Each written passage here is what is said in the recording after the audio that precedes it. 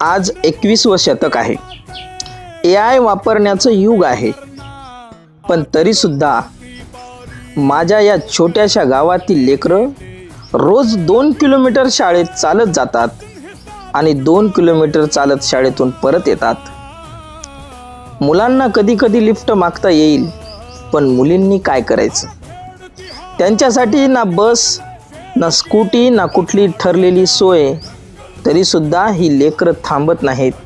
पायी चालतात, उन्हात पावसात थकव्यात, पण स्वप्न मात्र सोडत नाहीत. मातीचा वास अंगात भरून सकाळच्या वाऱ्यासोबत चालत आणि ह्याच 2 किलोमीटरच्या प्रवासातून काल नांदेड तालुक्यात घेण्यात आलेल्या NMMS परीक्षेत आमच्या गावातील 8वीच्या विद्यार्थ्यांनी तालुक्यातून प्रथम क्रमांक पटकावला. एवढंच नाही, तालुक्यातील पहिल्या 5 विद्यार्थ्यांमध्ये बहुतेक विद्यार्थी हे आमच्याच गावातील. शहरातल्या लेकरांकडे बस आहे, स्कूटी आहे, महागड्या सायकली आहेत, पण या गावातील लेकरांकडे आहे फक्त एक गोष्ट, मेहनत.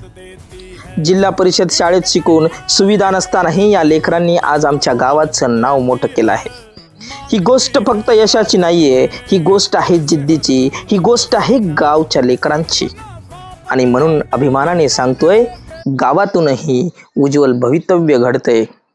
मित्रांनो, चला तर मग शिकत राहू, प्रयत्न करत राहू आणि आपल्या छोट्याशा गावातूनच प्रेरणा देत राहू. जय हिंद.